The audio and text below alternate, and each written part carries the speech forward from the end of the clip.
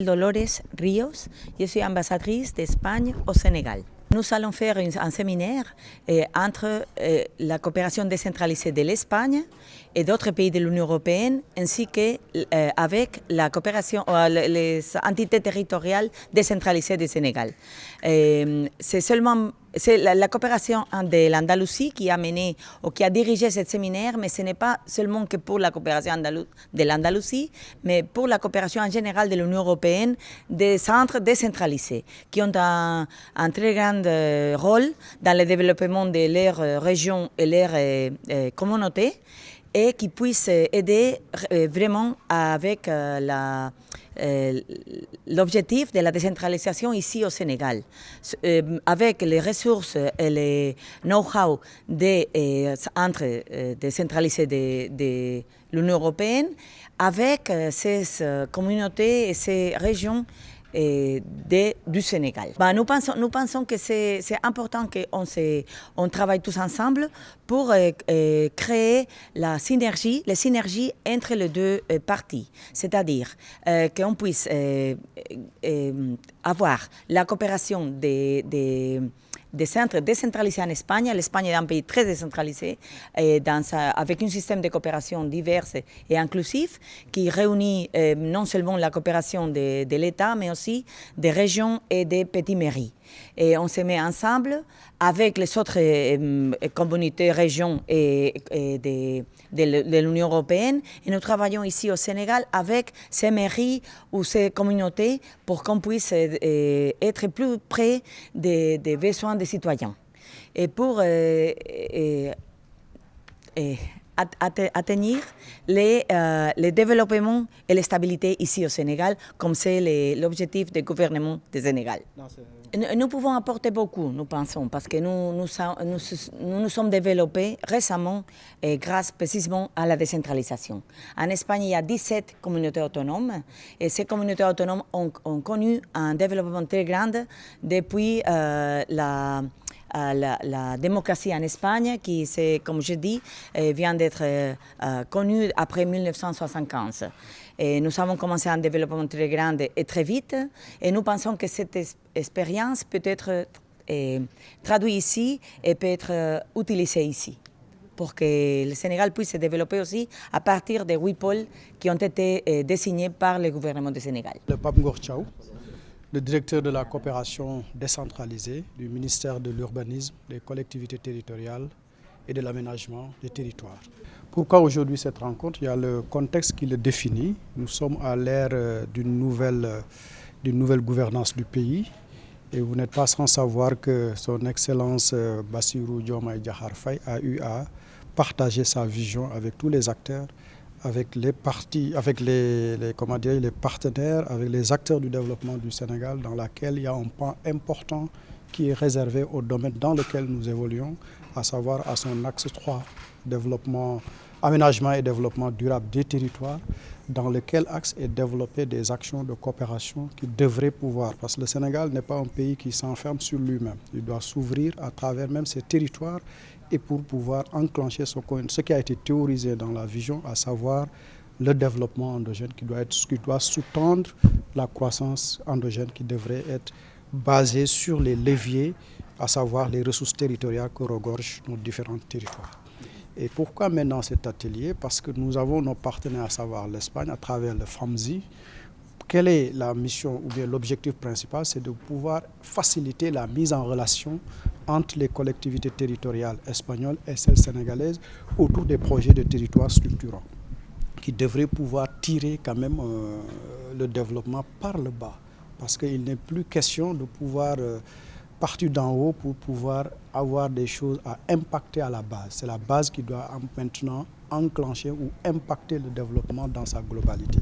Et cet atelier, vous l'avez vu dans les discours des officiels, tout a été orienté autour de la vision, autour des perspectives que nous sommes en train de vouloir redessiner la carte territoriale du Sénégal à travers les 8 pôles territoire qui devraient être mises en place, leur mode de gouvernance. Et vous verrez que tel que ça a été structuré, ça a une cohérence, c'est bâti sur une cohérence parce que c'est des grands ensembles qui seront regroupés, qui ont une même position géographique, qui ont des potentialités locales, qui ont des ressources territoriales, ressources halieutiques et tout. Tout cela devrait constituer des collectivités pour aller coopérer avec les grands ensembles au monde. Parce que vous n'êtes pas sans savoir, avec l'avènement de l'acte 3 en 2013, la suppression des régions avait eu un coût sur la coopération décentralisée parce que les régions sont de véritables vecteurs de coopération décentralisée. Et ces communes et les départements n'ont plus leurs homologues pour coopérer dans le monde. Ces pôles sont les bienvenus, qui devraient constituer de véritables collectivités, de grands ensembles qui auront des ressources qui pourraient tirer ou bien qui pourraient tout simplement soutenir des investissements structurants. Pourquoi le choix de l'Espagne et de l'Union européenne? Bon, l'Union européenne est un partenaire stratégique de longue date du Sénégal. Et puis pas mal de thématiques ils ont dans le domaine de la coopération sur l'agriculture, sur l'autonomie. Le délégué de l'Union européenne, l'ambassadeur, l'excellence ambassadeur l'a dit, avec les coopératives agricoles qu'il faudrait davantage encourager parce que c'est la base. C'est au niveau des territoires parce que le développement devrait maintenant partir du territoire.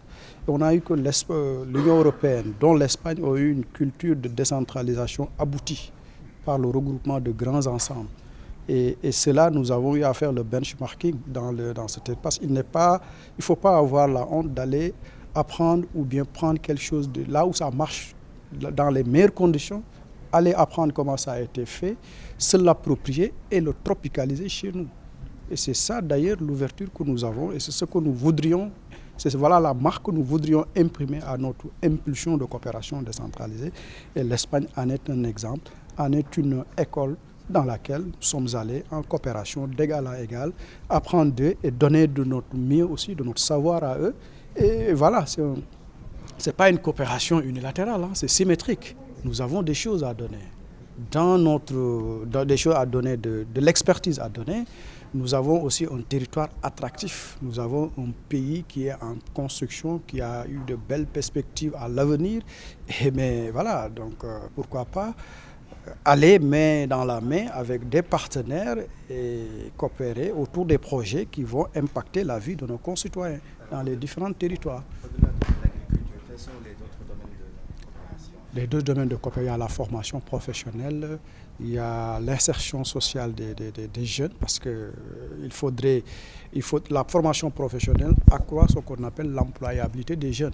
Il ne s'agit pas juste d'aller se former n'importe comment et n'importe quelle filière. On identifie les filières porteurs qui devraient pouvoir être que nous avons jugé nécessaire que si on renforce les capacités, on accroît leur employabilité et on crée les conditions pour leur permettre d'accéder à leur emploi et pouvoir se développer eux-mêmes. Ça, c'est un pilier.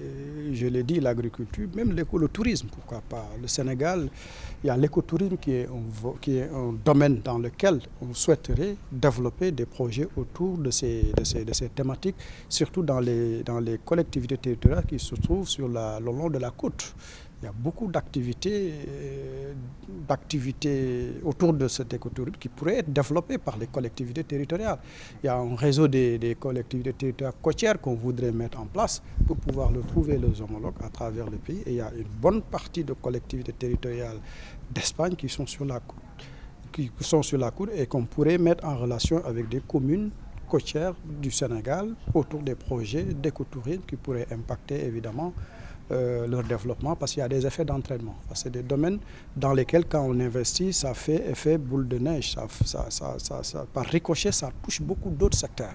Et c'est des secteurs qui pourraient sous-tendre ou tirer des activités économiques basées sur des ressources territoriales endogènes.